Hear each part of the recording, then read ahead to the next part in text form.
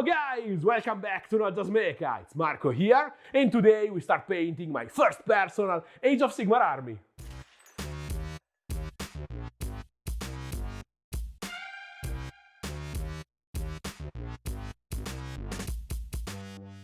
In the last 3 years I painted almost a dozen of fantasy and sci-fi armies, but not even one for myself, so you can understand why I'm so excited about this project. It's also the first time I tackle the topic of army painting here on the channel, and the variety of units and styles in the Kruleboyz roster is perfect to discuss all the planning and problem solving involved in my high-quality speed painting process for a project of such a scale. I fell in love instantly with the old-school look of this new wave of orcs. A mix of classic 80s and early 90s Citadel, and Peter Jackson's Lord of the Rings aesthetic. So I tried to maintain these two main influences with my painting, fusing the colorful GW scheme with the gritty realism of the cinematic orcs and the latest AOS artworks, in a very efficient and rewarding process that, for these 13 models, took me just a little more than 4 hours.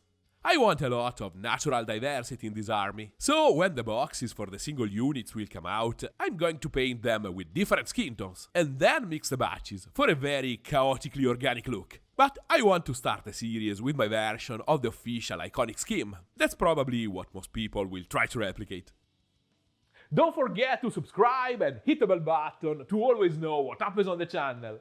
And if you want to support my work, like, comment, share, watch another video, and maybe check my Patreon page, where you can find the real-time footage of my videos, with every single little line and brushstroke. Thanks a million, guys!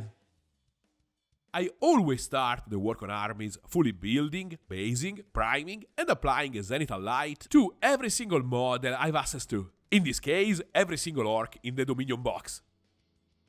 These are all steps that benefit greatly from an assembly line approach. And even more important, when you finally get to your evening or weekend of painting, being able to jump directly into the fun and creative part of the work is much more motivating and rewarding than starting from the boring preparatory stages.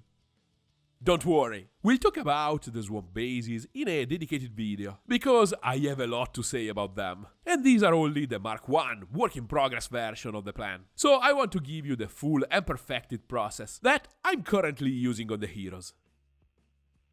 The zenithal white light over the black primer is the cornerstone of this speed painting plan.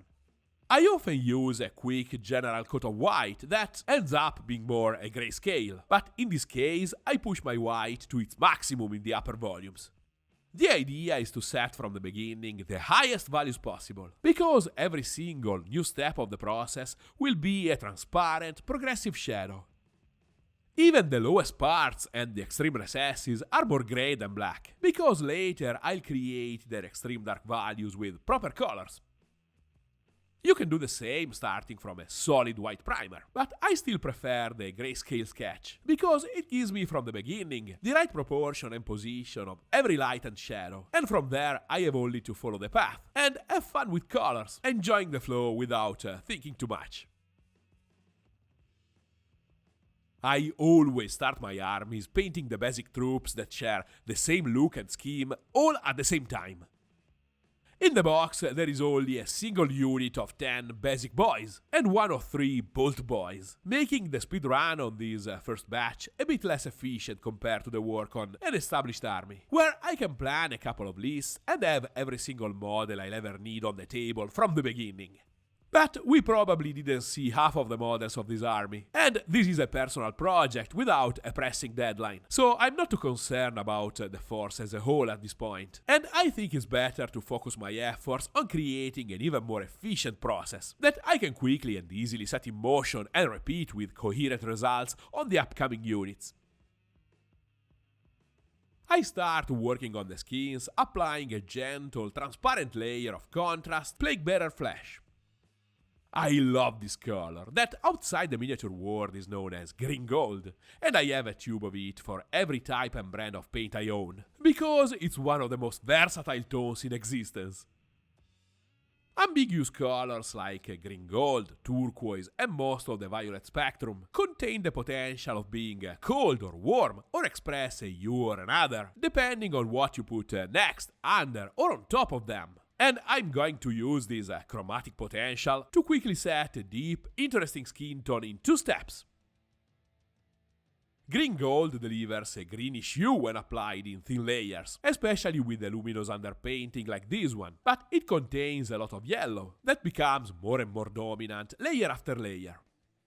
Here I use the green sensation to set the general direction of the lights, but what I really need is the yellow part to boost the next layer of sap green ink. This green has a very natural tone in the pot, but like every green, it becomes way too desaturated, or luminous and cartoony when applied in transparency over white. So, using it over a base of yellow, or even a light brown, is always a good idea to obtain more realistic effects. In a single pass, easy to replicate on future models, I fix the general tone. I set a lot of intermediate shadows in the overlap, and I make the volumes more defined, darkening the dark grays with a powerful color.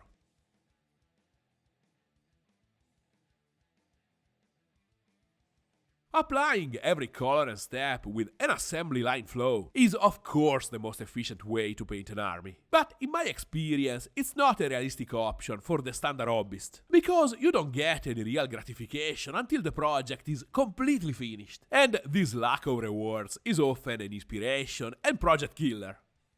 If you are a commission painter and you can invest a good number of consecutive hours on the job, go for it. That's the way to quickly deliver and get paid. But in general, I suggest you to work on few similar units at a time and use the results to boost your confidence and inspiration. And of course, learn how to perfect and improve your process, fixing what doesn't work along the way.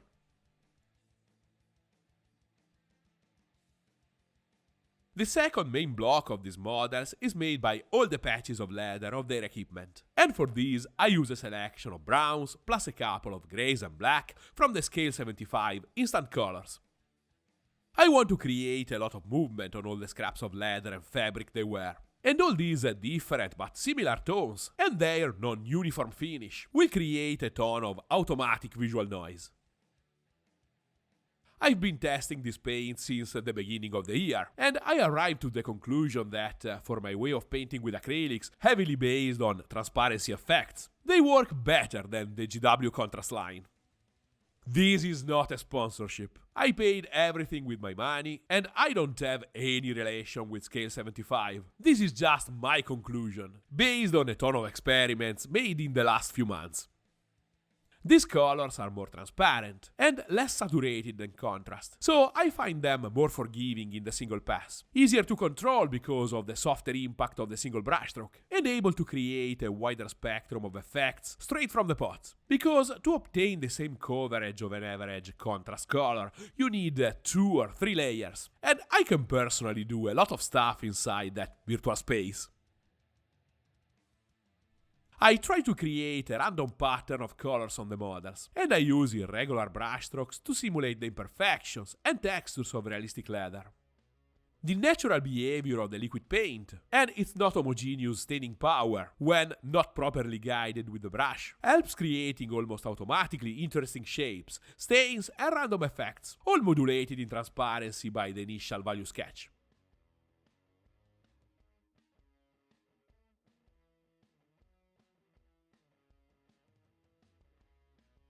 The shields are painted with my copyrighted recipe for metallic contrast paints.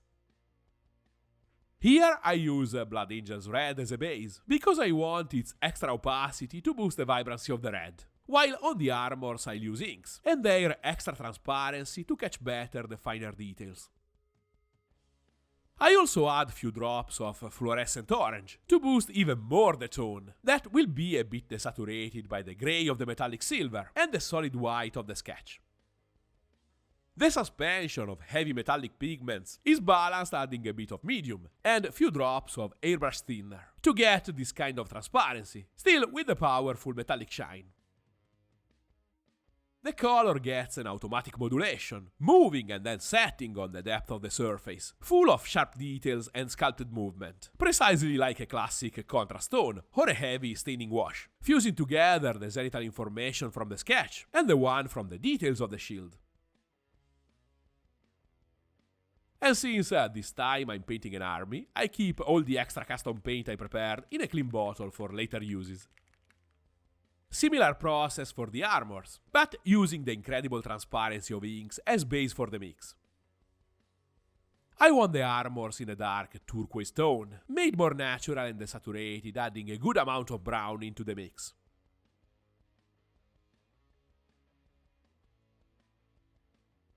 You can clearly see the different behavior of this mix, that creates darker and more precise shadows, and lighter lights in transparency.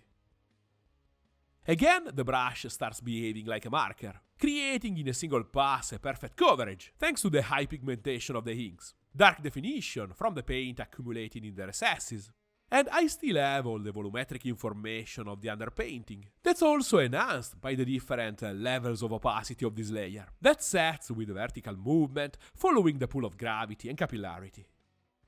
Can you really ask more than this? And again, I store the excess for the last steps and the work on the next units.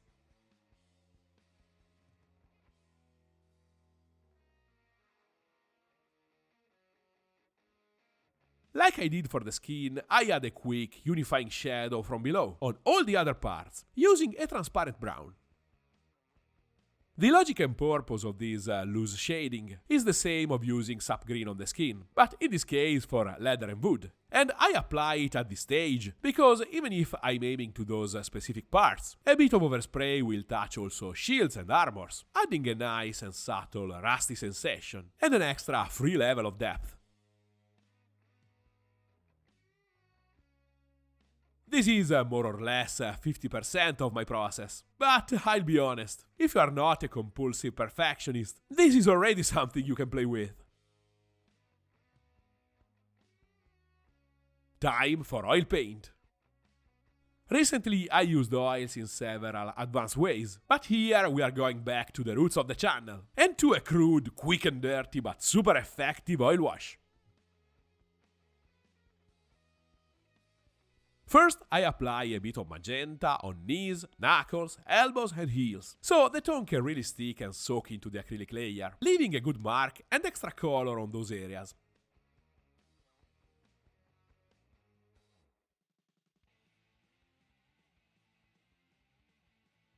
And I apply a light general wash on everything else, using black and the mix of black and brown on the equipment, and the mix of black and green on the skins.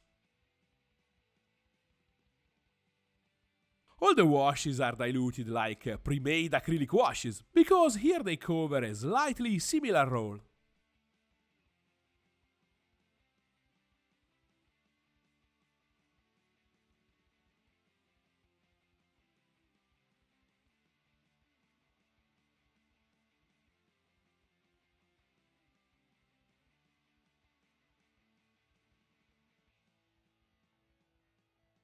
I apply the wash on all the models, and I come back to the first one, quickly cleaning it with a makeup sponge.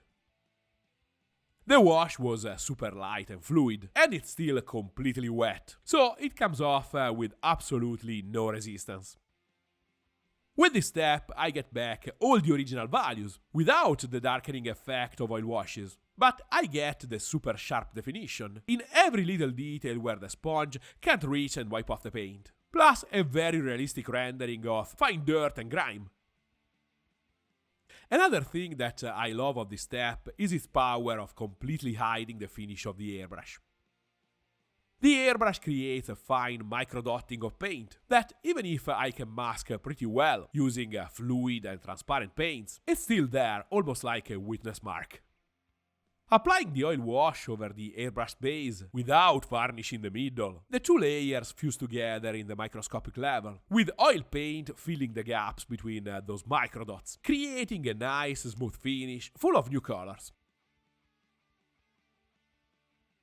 And I use the same washes on the white stones on the bases to catch all the cool textures of the bark, creating an incredibly natural look in a single pass.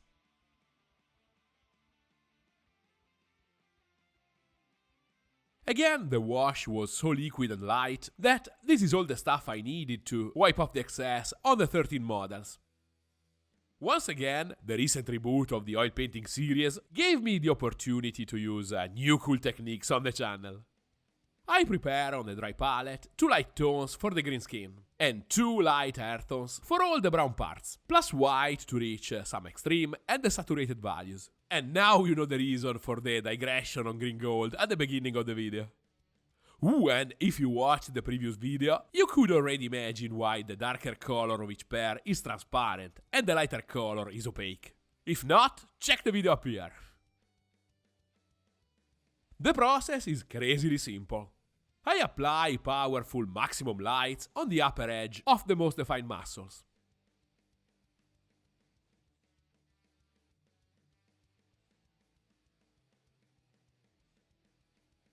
And I blend them with a soft brush. Bam! It's done, just like that. A quick, sketchy application, and an even quicker blend, and the extreme lights with their diffusion into midtones and shadows are in place.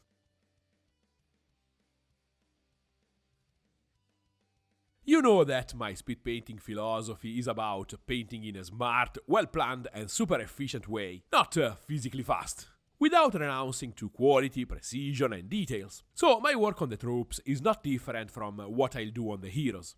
More precisely, the work on the troops will be the foundation of what I'll do on the heroes and monsters. The base on which I'll apply more textures, special effects, freehands, but all the important stuff like a good rendering of the volumes, all the various contrasts, a definition easy to read from the gaming table. It's all there, creating a solid general visual quality and coherency with the rest of the army.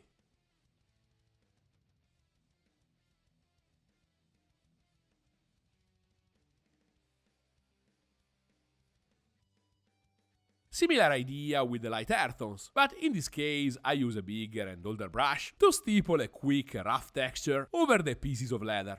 And I blend it on the surface, softening its presence and making the effect look less painted on top and more layered into the browns. The opacity of the lighter tone creates strong lights easy to read, and the transparency of the darker tone facilitates the fading into what's already there. Fixing all the extreme light definition took me literally less than 2 minutes of work for every model. And if you don't believe me, you can check the process in real time on my Patreon. I close the work with the edge highlights of armors and shields, using my custom mixes plus a light, bright metallic silver to boost their value and shine. Of course, I must finish the bases, but that's a story for another time.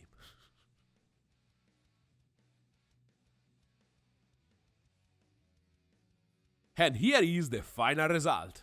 A little more than 4 hours of work that, after an extra bit of tuning of the flow, I'm sure I can easily beat in the next runs on similar models. But still, remember that speed is not the point, and even if I use it as a unit of measure for the efficiency of a process, it's not an objective measure, because heavily based on skills, experience and familiarity with the various tools, and in this case, totally based on me. So, what I really want you to take from these videos are the concepts about colors and their interactions, and the idea that you have the freedom to do whatever you want at your table, and that the only important thing is the result, and if you like it. See you in the next video with a horde of little hobgoblins, and cool new ideas for skin tones and metallic effects. If you like this video, give it a like and subscribe. Remember that you can ask me anything down below with a comment, and you can follow my projects during the week using one of my socials. And if you want to support my work, check my Patreon page and join the community, or maybe ask for a commission. See you next week, guys!